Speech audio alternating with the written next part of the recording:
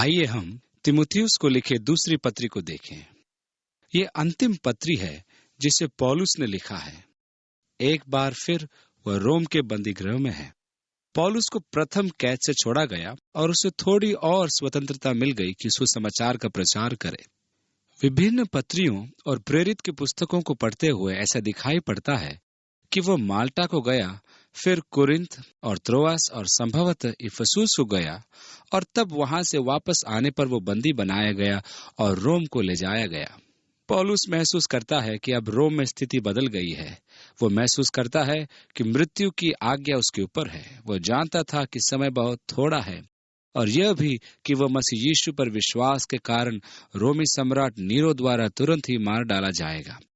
और ये जानते हुए कि उसकी मृत्यु निकट है, पौलुस अपना अंतिम पत्र तीमुथियुस को लिखता है, जो विश्वास में उसका पुत्र है। इस नवयुवक को, जिसे पौलुस ने अपना शिष्य बनाकर उसके साथ समय को बिताया ताकि वह पौलुस के कार्य को उसके मृत्यु के बाद आगे बढ़ा सके। इसलिए पौलुस अपनी अंतिम पत्री को लिख रहा है। इसके तुरंत बाद रोम के बाहर उसका सर धड़ से अलग कर दिया गया। इसलिए पहली आयत में वो लिखता है, पौलुस की ओर से, जो उस जीवन की प्रतिज्ञा के अनुसार जो मसीह यीशु में है, परमेश्वर की इच्छा से मसीह यीशु का प्रेरित है। ध्यान दीजिए, मृत्यु की आज्ञा उसके ऊपर है, तो फिर वह किस विषय पर यहाँ पर बात कर रहा है? मसीह यीशु में जीवन, उस अनंत जीवन की बात वो कर रहा है। यीशु ने कहा, जो शरीर को घात करते हैं पर आत्मा को घात नहीं कर सकते, उनसे मत डरना। और ये एक दिलचस्प बात है कि पौलुस ये जानते हुए कि उसकी मृत्यु निकट है, वो जीवन के विषय में लिखता है, मैं परमेश्वर की इच्छा से जीवन की प्रतिज्ञा के अनुसार, मृत्यु का नहीं लेकिन जीवन का जो मसीह यीशु में है, प्रेरित हूं। यूहन्ना हमें बताता है, और वो गवाही यह है कि परमेश्वर ने हमें अनंत जीवन दिया है और ये जीवन उसके पुत्र में है। परमेश्वर का धन्यवाद हो, हमारे ऊपर मृत्यु का दंड होने पर भी हम जीवन की बात कर सकते हैं, उस अनंत जीवन की जो मसीह यीशु में हमें दी गई है। जब एक धनी युवक यीशु के पास आया और उसके पैरों पर गिरा और कहा, हे गुरु, मैं कौन सा भला काम करूं कि अनंत जीवन पाऊं? उसने मसीह में जीवन के गुण को देखा और उसने उसे पाने की इच्छा की। वो जीवन का गुण जिसे हमारे विश्वास के द्वारा यीशु मसीह में हमें मिलता है। जिसके पास पुत्र है, उसके पास जीवन है। अगली आयत, प्रिय पुत्र तीमुथियुस के नाम।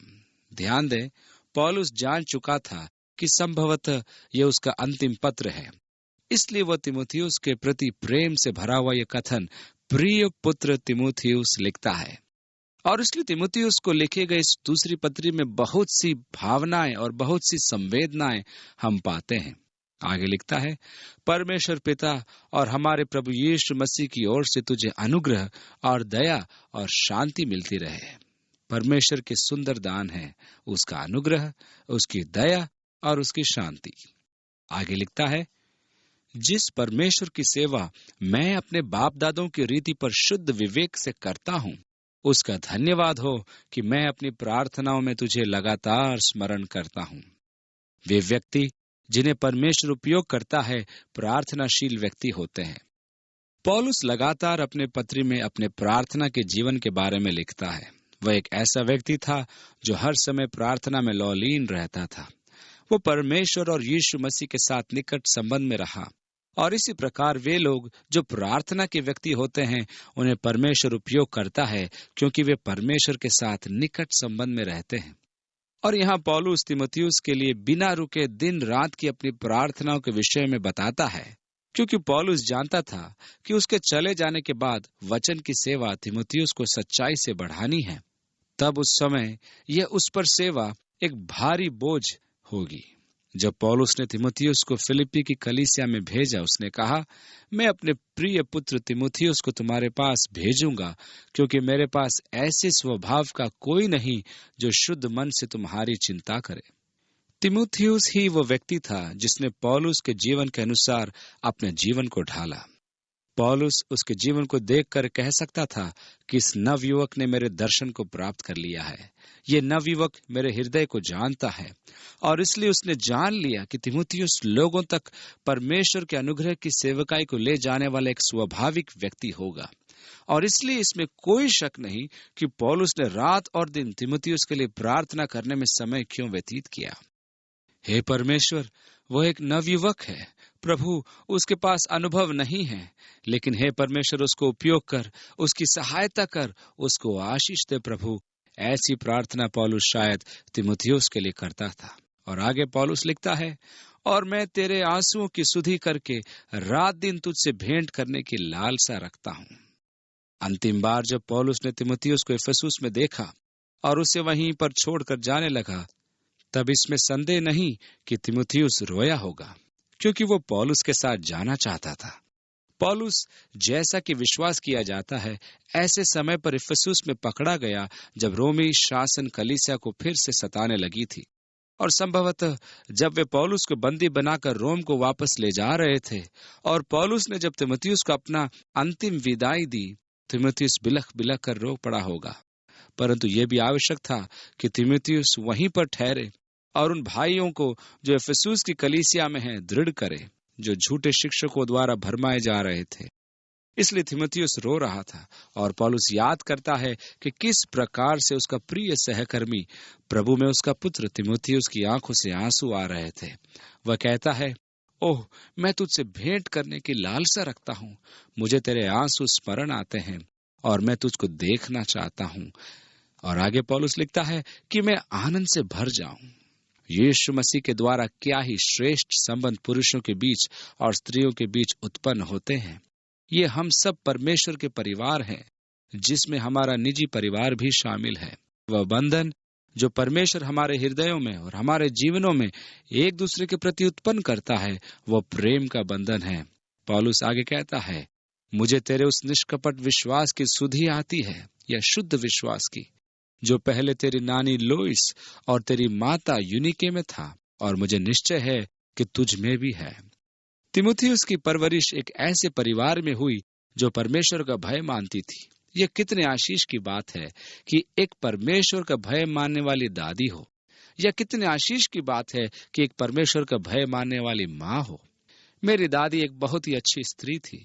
वह जिस कलीसिया में आराधना के लिए जाया करती थी, वहां का पासबान जो वहां की कलीसिया में आया था, उसका विवाह नहीं हुआ था, और इसलिए वो उस पासबान के साथ विजिटिंग में जाया करती थी, जिससे कि लोगों के विचारों में उनके चरित्र के प्रति कोई संदेह न उठ पाए। खासकर जब ऐसे घर में जाना होता था जहां कोई जवान बहन रहती हो। उन्होंने परमेश्वर के प्रति एक समर्पित जीवन बिताया कि प्रभु की सेवा करे। उनके जीवन की यही इच्छा थी कि परमेश्वर की सेवा करे। जब वह अस्पताल में कैंसर की वजह से भर्ती थी, तो उस समय उस अस्पताल में नर्सों की कमी थी, और इसलिए मेरी दादी उठकर दूसरे मरीजों की देखभाल करती थी, क्योंकि सिर्फ सेवा करनी ही उनके जीवन का उद्देश्य था। उनका जीवन परमेश्वर के प्रति सेवा और उसमें भरोसा रखने का जीवन था। हाल ही में मैंने उनके कब्र पर यह वाक्य खुदा हुआ पाया कि यीशु कभी भी निराश नहीं करेगा, और ये उनके जीवन का आधार था। यह उनके परमेश्वर में विश्वास का जीवन था, और इसलिए परिवार के सदस्यों ने उनके कब्र पर यह खुदवाया कि यीशु कभी भी निराश नहीं करेगा, क्योंकि यह कथन मेरी दादी के जीवन के सार को बताता है।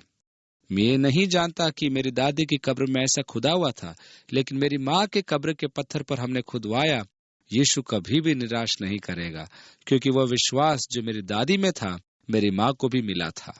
और मैं याद करता हूँ कि जब हम छोटे थे तो मेरे छोटे भाई को अस्थमा की बीमारी थी, और जब उस बीमारी का प्रभाव होता था, तब वो घरघराहट के साथ सांस लेता था, वो सो नहीं पाता था। हमारे पास एक पुरानी झूलने वाली कुर्सी थी जो चरचराती थी। अब भी मैं स्मरण करता हूँ कि कैसे बिछौने पर लेटे हुए अपने भाई के घरघराहट की आवाज को मैं सुन पाता था। मैं दूसरे कमरे में झूलने वाली कुर्सी की चरमराहट को सुन सकता था, और साथ में मेरी माँ का ये गीत भी कि यीशु कभी भी निराश नहीं करेगा। स्वर्ग और पृथ्वी टल सकती है, पर यीशु कभी भी निराश नहीं करेगा। और मैं अपने माँ का ये गीत जो यीशु मसीह के असीम अनुग्रह को बताता है, उसे सुनकर सो जाया करता था। जब कभी हम बीमार होते थे, मेरी माँ आकर हमारे लिए गाती, यीशु कभी निराश नहीं करेगा। मेरा भाई अस्थमा की बीमारी से चंगा हो गया, प्रभु ने हमें निराश नहीं किया और हमारे जीवन को अब तक परमेश्वर ने संभाला। परमेश्वर ने कभी हमें निराश नहीं किया। और क्योंकि ये मेरी माँ का विश्वास था, हमने बिना जाने कि मेरी दादी के कब्र पर भी यही खुदा हुआ है, अपने माँ की कब्र पर यह खुदवा डाला, यीशु कभी निराश नहीं करेगा। वह विश्वास जो मेरी दादी से मेरी माँ को मिला, अब हमें दिया गया है और हम निश्चय ही अपने बच्चों को ये विश्वास दे रहे हैं और अब वे भी अपने बच्चों और नाती पोतों में ये विश्वास दे रहे हैं। ओह, ये कितनी महिमामय विरासत है जो परमेश्वर में हमारी है। पौलुस कहता है कि मैं उस विश्वास को जानता हूं जो तुम्हारी दादी लोइस और तुम्हारी माँ यूनिके में था, और मैं जानता हूं कि ये तुम में है। सबसे श्रेष्ठ बात जो हम अपने बच्चों को विरासत में दे सकते हैं, वह है विश्वास के द्वारा परमेश्वर पर भरोसा रखना। यह कितना महत्वपूर्ण है कि हम ऐसी विरासत पीढ़ी दर पीढ़ी देते चले।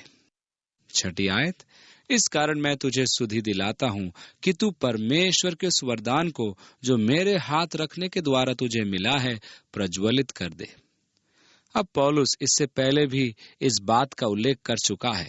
जब तीमुथियुस एक नवयुवक था और लुस्त्रा में पौलुस की सेवकाई से जुड़ने लगा, प्राचीनों ने उस पर हाथ रखा और उसके लिए प्रार्थना की।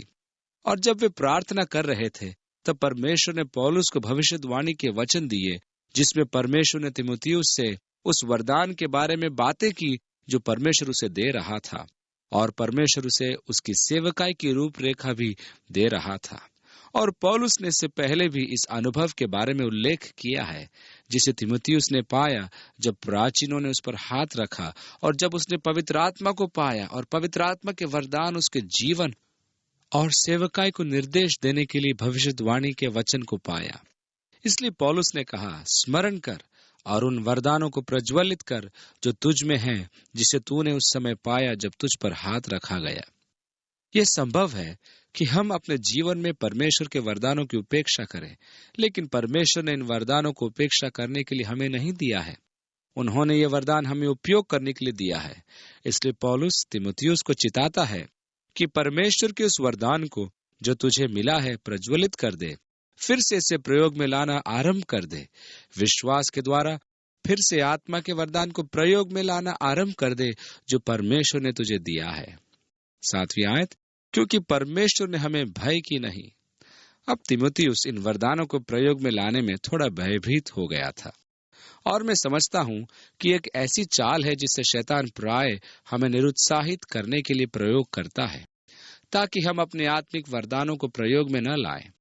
हमें भय बैठ जाता है, यदि मैं उनसे भविष्यवाणी का ये वचन कहता हूं तो मैं नहीं जानता कि वे लोग क्या सोचेंगे, और हमारा यह भय हमें वरदानों को प्रयोग में लाने से हमें रोकता है। लेकिन परमेश्वर ने हमें भय की आत्मा नहीं, पर सामर्थ और प्रेम और संयम की आत्मा दी है। सामर्थ की आत्मा, परमेश्वर का धन्यवाद हो। प्रेम की आत्मा, कितना महत्वपूर्ण, और संयम। इसलिए हमारे प्रभु यीशु मसीह की गवाही से और मुझसे जो उसका कैदी हूं, लज्जित न हो, पर उस परमेश्वर की सामर्थ के अनुसार सुसमाचार के लिए मेरे साथ दुख उठा। अब ऐसी बहुत सी परिस्थितियां आती है जहां हम अपने मुंह को बंद रख सकते हैं और समस्याओं से बच सकते हैं। जब लोग निंदा करें तब हम अपने मुंह को बंद रख सकते हैं और मन में कह सकते हैं, बेचारा मूर्ख प्राणी। या फिर हम अपने मुंह को खोलकर उनसे ये कह सकते हैं, जो आप कह रहे हैं क्या आप समझते हैं? कितनी गंदी बात आपके मुंह से निकलती है। क्या इससे आपको कोई फर्क नहीं पड़ता कि आपके विचार और मुंह गंदे हैं? मैंने प्राय लोगों से ये कहा है कि जब वे यीशु का नाम निंदा पूर्वक लेते हैं तो उससे मुझे दुख पहुंचता है। तुम एक ऐसे व्यक्ति के विषय में बात कर रहे हो जिससे मैं दूसरों से बढ़कर प्रेम करता हूँ, जो मेरे पापों से मुझे बचाने के लिए मरा, और उसके विषय में इस तरह से तुम्हारा बोलना मुझे ठेस पहुंचाता है। फिर भी पौलुस तीमुथियुस से कहता है कि परमेश्वर ने हमें भय की नहीं, सामर्थ और प्रेम और संयम की आत्मा दी है। इसलिए हमारे प्रभु की गवाही से लज्जित न हो, पर उस परमेश्वर के सामर्थ के अनुसार सुसमाचार के लिए दुख उठा, जैसा कि वो आगे कहता है, पर जितने मसीह यीशु में भक्ति के साथ जीवन बिताना चाहते हैं वे सब सताए जाएंगे। 9वीं आयत, जिसने हमारा उद्धार किया और पवित्र बुलाहट से बुलाया, और ये हमारे कामों के अनुसार नहीं पर उसके उद्देश्य और उस अनुग्रह के अनुसार जो मसीह यीशु में सनातन से हम पर हुआ है। इसलिए परमेश्वर ने हमें बुलाया और हमारा उद्धार किया, परंतु हमारे कामों के अनुसार नहीं। हमने उद्धार अपने कामों के द्वारा नहीं पाया है, परंतु परमेश्वर के उद्देश्य के अनुसार पाया है। ये वह संदेश था जिसकी घोषणा पौलुस करता है, और जिस संदेश को मनुष्य की परंपरा द्वारा दूषित किया जा रहा था, जो कलीसिया में घुस रही थी। परंतु स्मरण करें कि तीमुथियुस इफिसुस की कलीसिया में सेवकाई कर रहा था, लेकिन पहले से ही वहां मनुष्य की परंपरा के बीज बोए जा चुके थे और जो जड़ पकड़ चुके थे, और जो लोगों को उस अनुग्रह की महिमा में सुसमाचार से भरमा रहा था जिसकी घोषणा पौलुस ने की थी। और पौलुस तीमुथियुस को अपनी चिंता व्यक्त करता है कि वे परमेश्वर के अनुग्रह से फिर रहे हैं, और उससे कहता है कि उन्हें परमेश्वर के अनुग्रह में दृढ़ करे।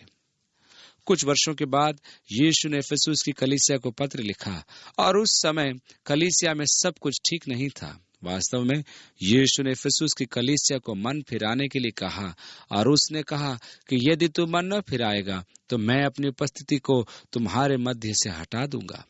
वे एक ऐसी अवस्था में पहुंच गए थे जहां उनका पूरा धर्म एक कर्म बनकर रह गया था, क्योंकि प्रभु ने कहा, मैं तेरे काम और तेरे परिश्रम को जानता हूं। वे परमेश्वर के साथ सिर्फ विधिवत संबंध बनाए हुए थे। वे कामों पर आधारित उद्धार को पाना चाहते थे। पौलुस कहता है, जिसने हमारा उद्धार किया और पवित्र बुलाहट से बुलाया, और ये हमारे कामों के अनुसार नहीं पर उसके उद्देश्य और उस अनुग्रह के अनुसार जो मसीह यीशु में सनातन से हम पर हुआ है। अब प्रभु के साथ विधिवत संबंध का परिणाम वास्तव में उसके साथ संबंध तोड़ना है, क्योंकि यीशु आपके साथ विधिवत संबंध रखना नहीं चाहता। वो आपसे प्रेम के संबंध की इच्छा रखता है। वो चाहता है कि आप उससे प्रेम में संबंध रखें, और इसलिए वो इफिसुस की कलीसिया से कहता है, तूने अपना पहला सा प्रेम छोड़ दिया है। तुम्हारे पास सब प्रकार के अच्छे काम हैं, लेकिन मुझे तेरे विरुद्ध यह कहना है कि तूने अपने पहला सा प्रेम छोड़ दिया है। मैं तुम्हारे साथ विधिवत संबंध नहीं चाहता हूँ, मैं तुम्हारे साथ प्रेम का संबंध चाहता हूँ। और आज यीशु आपके साथ इस प्रेम के संबंध को स्थापित करना चाहता है। वो आपके इन सब छोटे नियमों और रीतियों को मानने से आपके परिश्रम को देखना नहीं चाहता। वो चाहता है कि आप उससे सच्चा प्रेम रखें। मुझे तेरे विरुद्ध यह कहना है कि तूने अपना पहला सा प्रेम छोड़ दिया है। इसलिए स्मरण कर कि तू कहाँ से गिरा है, और मन फिरा और पहले के समान काम कर। कहने का मतलब यह है कि ऐसा काम करें जो प्रेम से प्रेरित होकर किए जाए, नहीं तो तेरी दीवट को उसके स्थान से हटा दूंगा। दीवट का स्थान कहाँ था? यीशु उनके बीच चल रहा था। इसलिए यीशु कहता है, मैं अपनी उपस्थिति को तुम्हारे बीच से हटा लूंगा यदि तुम मेरे साथ विधिवत संबंध बनाने की चेष्टा करोगे। मैं विधिवत संबंध नहीं चाहता, मैं तुम्हारे साथ प्रेम का संबंध रखना चाहता हूँ। और इसलिए पौलुस उसे प्रोत्साहित कर रहा है कि अनुग्रह में परमेश्वर ने अपने पवित्र बुलाहट के साथ हमें बुलाया है, लेकिन परमेश्वर ने आपको आपके कामों के कारण नहीं बुलाया, या फिर इसलिए कि आप इसे पाने के योग्य हैं, परंतु सिर्फ अपने उद्देश्य को पूरा करने के लिए उस प्रेम और उस अनुग्रह के अनुसार जो मसीह यीशु में सनातन से हम पर हुआ है, हमें बुलाया है। आगे लिखता है, पर अब हमारे उद्धारकर्ता मसीह यीशु के प्रकट होने के द्वारा प्रकाशित हुआ। परमेश्वर ने हमेशा हमसे प्रेम किया, लेकिन यह प्रेम प्रकट हुआ मसीह यीशु के प्रकट होने के द्वारा। जरा देखें, आकाश परमेश्वर की महिमा का वर्णन कर रहा है और आकाश मंडल उसकी हस्तकला को प्रकट कर रहा है, दिन से दिन बातें करता है। यह भजन 19 में से मैंने पढ़ा। मुझे ऐसे व्यक्ति से कोई विवाद नहीं जो कहता है कि परमेश्वर मुझसे प्रकृति के द्वारा बातें करता है।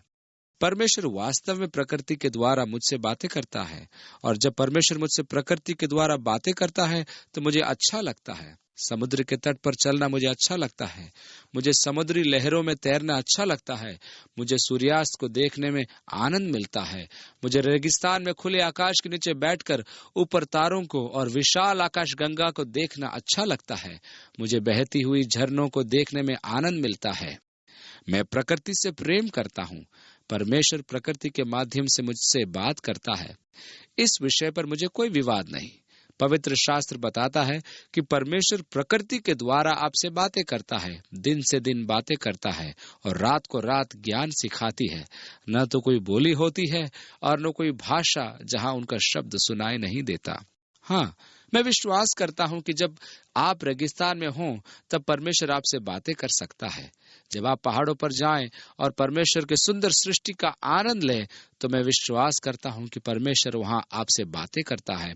मेरे पास इस विषय पर कोई संदेह नहीं। लेकिन प्रकृति आपको ये नहीं बता सकती है कि परमेश्वर आपसे कितना प्रेम करता है। प्रकृति से कहीं बढ़कर यह प्रेम प्रभु यीशु मसीह के द्वारा प्रकट किया गया। ये एक दिलचस्प बात है कि जब कभी परमेश्वर आपको अपना प्रेम दिखाना चाहता है या आपको अपना प्रेम साबित करना चाहता है, वो प्राय क्रूस की ओर इशारा करता है। और इसलिए परमेश्वर, जिसने प्रकृति के रचे जाने के पहले से हमसे प्रेम किया, उस प्रेम को अब हमारे उद्धारकर्ता मसीह यीशु के प्रकट होने के द्वारा प्रकाशित किया है। आगे लिखता है, जिसने मृत्यु का नाश किया। अब यहाँ पौलुस को मृत्यु दंड की आज्ञा मिल चुकी थी। रोमी सम्राट नीरो की आज्ञा के अनुसार उसको मृत्यु दंड दिया गया था, लेकिन पौलुस कहता है परमेश्वर ने मृत्यु का नाश किया। ओह, परमेश्वर का धन्यवाद हो उस जीवन के लिए जो हमारा है। आगे, और जीवन और अमरता को सुसमाचार के द्वारा प्रकाशमान कर दिया। मसीही विश्वासी मरते नहीं हैं। परमेश्वर के संतान के बारे में यह कहना गलत होगा कि वो मर गया। मसीही मरते नहीं हैं। प्रेरित पौलुस कहता है, क्योंकि हम जानते हैं कि जब हमारा पृथ्वी पर का डेरा सरीखा घर गिराया जाएगा तो हमें परमेश्वर की ओर से एक ऐसा भवन मिलेगा जो हाथों से बना हुआ घर नहीं परंतु चिरस्थायी है। इससे तो हम करहाते और बड़ी लालसा रखते हैं कि अपने स्वर्गीय घर को पहन ले, कि इससे पहनने से हम नंगे न पाए जाएं। और हम इस डेरे में रहते हुए बोझ से दबे कराते हैं, क्योंकि हम उतारना नहीं वरन और पहनना चाहते हैं, ताकि वह जो मरणहार है जीवन में डूब जाए। जिसने हमें इसी बात के लिए तैयार किया है वो परमेश्वर है, जिसने हमें बयाने में आत्मा भी दिया है। इसलिए हम सदा ढाढ़स बांधते रहते हैं और ये जानते हैं कि जब तक हम देह में रहते हैं तब तक प्रभु से अलग है, क्योंकि हम रूप को देखकर नहीं पर विश्वास से चलते हैं। इसलिए हम ढाढ़स बांधते रहते हैं और देह से अलग होकर प्रभु के साथ रहना और भी उत्तम समझते हैं।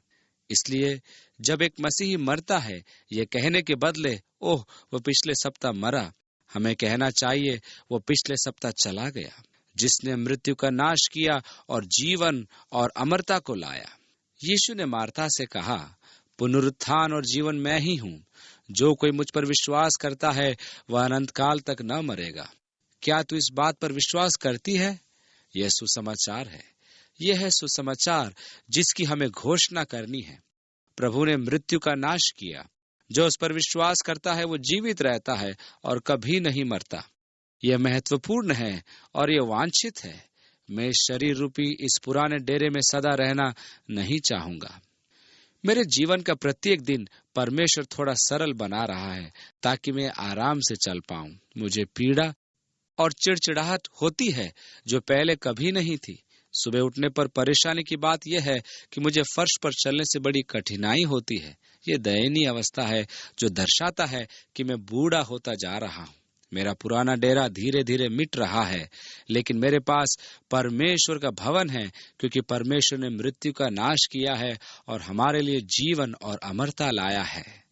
11वीं आयत, जिसके लिए मैं प्रचारक और प्रेरित और उपदेशक भी ठहरा। 3 बातें जिन्हें करने के लिए पौलुस को बुलाया गया था। वह एक प्रचारक था, वह एक प्रेरित था, वह एक उपदेशक था।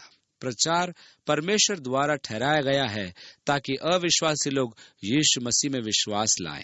प्रचार मसीह विश्वासियों या संतों या कलीसियाओं के लिए नहीं है। प्रचार उन लोगों के लिए है जो नए सिरे से नहीं जन्मे हैं, क्योंकि प्रचार में उन लोगों को जो नए सिरे से नहीं जन्मे हैं परमेश्वर का सुसमाचार मैं सुनाता हूँ। आप यीशु मसीह के द्वारा अनंत जीवन पा सकते हैं। पश्चाताप करो, यीशु मसीह पर विश्वास करो, यह है प्रचार। कलीसिया को जिसकी आवश्यकता है वह है शिक्षा। आज की कलीसिया की निर्बलता यह है कि कलीसिया में आज प्रचार तो बहुत होता है, परंतु शिक्षा अधिक नहीं दी जाती है। कलीसिया में हद से ज्यादा प्रचार हो चुका है और आज जिसकी कलीसिया को आवश्यकता है वह शिक्षा है। ये सिखाना कि किस तरह चलना है, ये सिखाना कि किस तरह बढ़ना है, ये सिखाना कि किस प्रकार से परमेश्वर के साथ अपने संबंध को बढ़ाना, यही है वह जिसकी कलीसिया को आवश्यकता है। वचन की सही शिक्षा, और यहीं पर कलीसिया असफल हो रही है। इसलिए पौलुस के पास प्रचार तथा शिक्षा देने की दोनों सेवकाइयां थी, जिसे प्रेरित की सेवकाई कहा जाता है। इस प्रकार पौलुस कहता है, मैं इन दुखों को भी उठाता हूं, पर तू इन बातों को जानता है, मैं कैद में हूं, मुझे मृत्यु की आज्ञा मिली है, और ये मेरी शिक्षा एवं प्रचार के कारण है कि मैं यहाँ कैद हूं। पर वह कहता है, मैं लजाता नहीं, क्योंकि मैं उसे जिस पर मैंने विश्वास किया है मैं जानता हूं। अब देखें, उसने ये नहीं कहा मैं जानता हूं कि मैं क्या विश्वास करता हूं। आजकल बहुत से लोग हैं जो कहते हैं, खैर मैं जानता हूं कि मैं क्या विश्वास करता हूं। मैं विश्वास की परंपरा में विश्वास करता हूं, मैं प्रेरितों के विश्वास वचन पर विश्वास करता हूं, लेकिन यह महत्वपूर्ण नहीं कि आप क्या विश्वास करते हैं या किस पर विश्वास करते हैं, लेकिन आप किस में विश्वास करते हैं, यह महत्वपूर्ण है। उसे जिस पर मैंने विश्वास किया है जानता हूं। और आगे लिखता है, और मुझे निश्चय है कि वह मेरी धरोहर की उस दिन तक रखवाली कर सकता है। मैंने अपना जीवन प्रभु को समर्पित कर दिया है और मुझे निश्चय है कि वह इसकी रखवाली कर सकता है। मैंने जिस पर विश्वास किया है उसे मैं जानता हूँ। प्रेरितों के विश्वास वचन पर विश्वास करना महत्वपूर्ण है, लेकिन यह आपका उद्धार नहीं कर सकता। केवल यीशु मसीह ही आपको उद्धार दे सकता है। उद्धार किसी मत पर, किसी धर्म में या किसी उपदेश में विश्वास करने के द्वारा नहीं, परंतु एक उद्धारक पर विश्वास करने के द्वारा मिलता है, जो मसीह यीशु है। इसलिए हमें यह जानना जरूरी है कि हमने किस पर विश्वास किया है। पौलुस ने कहा, मुझे निश्चय है कि वह मेरी धरोहर की उस दिन तक रखवाली कर सकता है। ये शब्द धरोहर इब्रानी भाषा का एक विशेष शब्द है।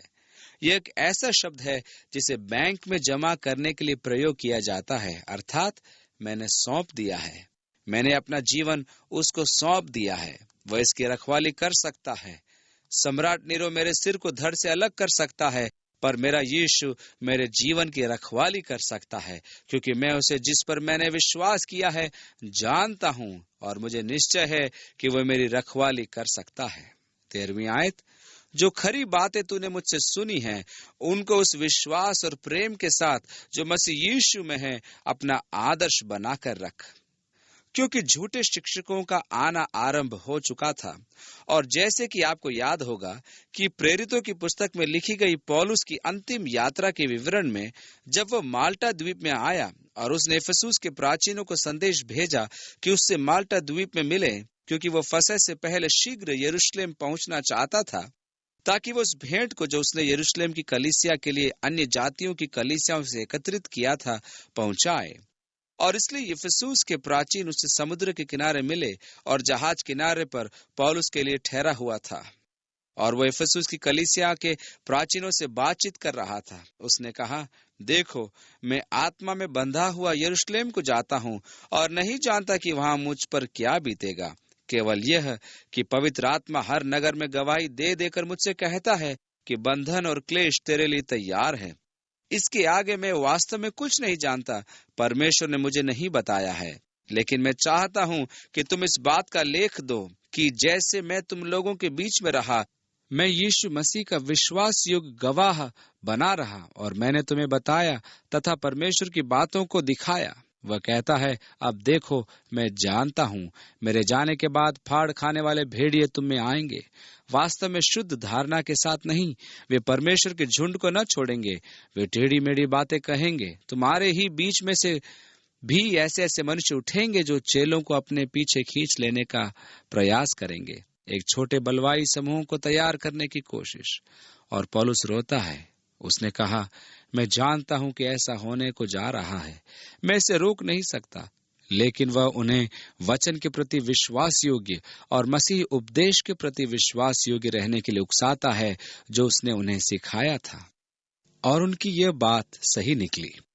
पौलुस के चले जाने के बाद ऐसे लोग आए थे, और चूंकि तीमुथियुस वहां था और इन झूठे उपदेशों को जो इफिसुस की कलीसिया के भीतर अपने सिरों को उठा रहे थे, और उन्हें जो अपनी कुछ विचित्र बातों और झूठी शिक्षाओं के द्वारा कलीसिया को छोटी गुटों में बांटने का प्रयत्न कर रहे थे, वह इन्हें दूर कर रहा था। पौलुस कहता है, जो खरी बातें या शिक्षा तूने मुझसे सुनी है, आदर्श बना कर रख और इस अच्छे धरोहर की रखवाली कर।